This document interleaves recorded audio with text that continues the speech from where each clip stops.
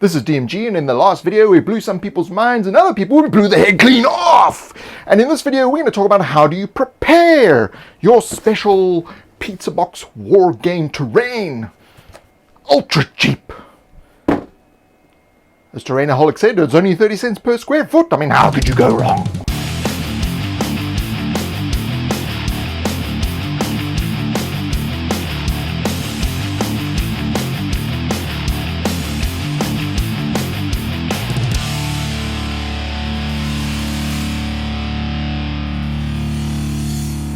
Okay, so in this one we're going to talk about preparing your standard boards for wargame terrain and role-playing wilderness terrain. So assemble your pizza box. Hopefully you are using one that is brand new like these, and you'll see once it's assembled we have these open sort of sides that happen, and you're going to go, well, how do we get rid of that, DMG? Well, easily all we do is you just flip the box over. So on the other side, you don't have those flaps in the side, but what you do have are these little tabs sticking through from where I folded the boxes. So what I'm going to do is push in the box a little bit and cut off the tabs that stick up. Some boxes don't have these, but these ones do. Now we've got these holes here. So basically what I'm going to grab is some ordinary printer paper and cut some pieces that are wider and as long as the holes. And we're going to just use some PVA, which I don't normally use a lot in this channel. Smidgen the PVA around the hole, and then smear the paper through the glue and stick it down over the hole. And because you've smeared it through the glue, it'll be a little bit over the edges, and that allows you to hide the seams of the paper. So there we go, that hides those holes. So back to the task at hand. So in the middle of the box here, as some people has surmised, it is a little bit saggy. So what we need to do is measure the depth of the box. You'll probably know this if you purchase the box and you know the dimensions. But anyway, you measure the depth of the box, grab a toilet paper roll, and measure 2 points on each edge once you've squashed it down, and draw a line between those two and cut it out. If it's not exactly the right shape, trim it to the correct size, open and close the box to check, and then hot glue and stick it down in the middle of the box. Then close the box and make sure it is sturdy, which it is now, as you can see. And this lends a lot of support. So once the box is closed, measure on the underside, which is going to be the top of the box, measure 4 inches in from each corner, so you have 3 squares of 4 inches once connected together, so 9 squares. On the other side, 2 inches in from each corner, and this is going to create what we want. Use these little paper clip things. You can get, I got about 60 of these for about $10, probably even less than that. I think you can get them in the dollar store for a lot less. But anyway, you can use paper clips in this, but I'm going to use these. So from those 2-inch marks in the middle of that paper clipper thing, just trace around the edges, leave some space on the outside, but you don't want them to intersect with one another. So go right around the box and do that, and then open up the flap, the main flap, as you can see there, and cut out that piece and pull off the brad and hanging chad and leave it off. So you'll see the wall of the box here is quite thick. I'm just going to use the texture to fill in with some color there so we know where it is.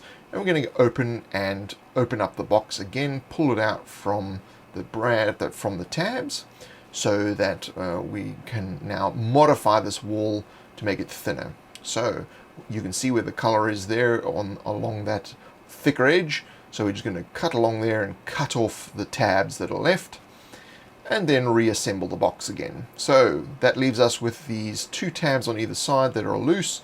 So all we're going to do is a little bit of hot glue on the inside wall of the pizza box and stick it down on both sides. So then we close the box and we continue to cut open these spaces for the paperclip around the edges. So the reason why you would want to use these paper grabber clippy things instead of normal paper clips is because they enact a lot more force and are more likely to hold things together. So you continue cutting around and cutting off the extra brads, and you'll see there's a little bit of a flap from the inside spine of the box there. You just add some hot glue and stick that down if you have that problem. Now here we've still got these flaps open on the side, so all we're going to do is line of hot glue down the inside upper piece of that flap, and then making sure that the box is closed properly, push it down and hold it there until the hot glue cures, and do the same thing on the other side, line of hot glue and hold it down until the glue cures. So now we've got two of these boxes. I've done everything here. You can just see with the paperclip thing, those spaces help us to flick those arms down, and now the two are held together. You can see once it's flipped over, we can just make a slight adjustment on pushing the boards and everything is aligned. So now we have this seam here. Now some people will like the seam and some people will not. So what we're going to do, I don't like the seam. So in the bottom left corner of each side that's facing you when you're doing this, put a little X. So I'm just turning it around and I'm doing it on your side rather than on my side, but it still works anyway. So bottom left corner, and then grab a piece of normal printer paper and measure about an inch in from the edge. I'm just using the grid that we've created as a guide, and then about half an inch in the center. We're going to create a curve and connect that curve together, and then cut it out. And then we're going to use that as a template to create 3 more. So just trace around it with a pen or a pencil, whatever you like, it doesn't really matter, and create an additional 3. So in the end, you'll have 4 left once you've cut them all out. So now we have those, and we're going to spread a little bit of PVA along the edge, and if you're worried about the ink lines, just flip the page over.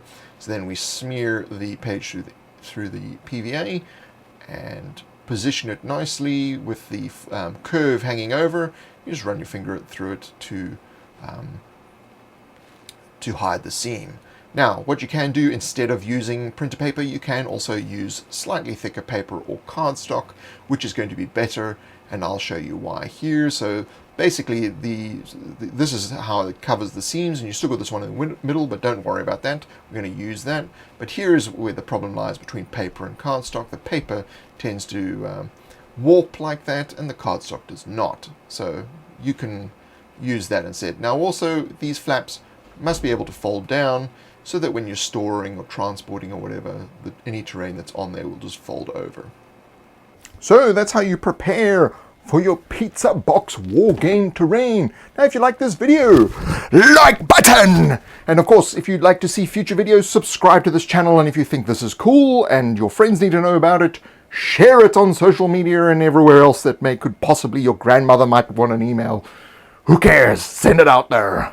Now, of course, I am on social media, Facebook, Twitter, Google+, and I have an email newsletter on my website, thedmg.info, where you'll also find a store where you can purchase products to help support this channel.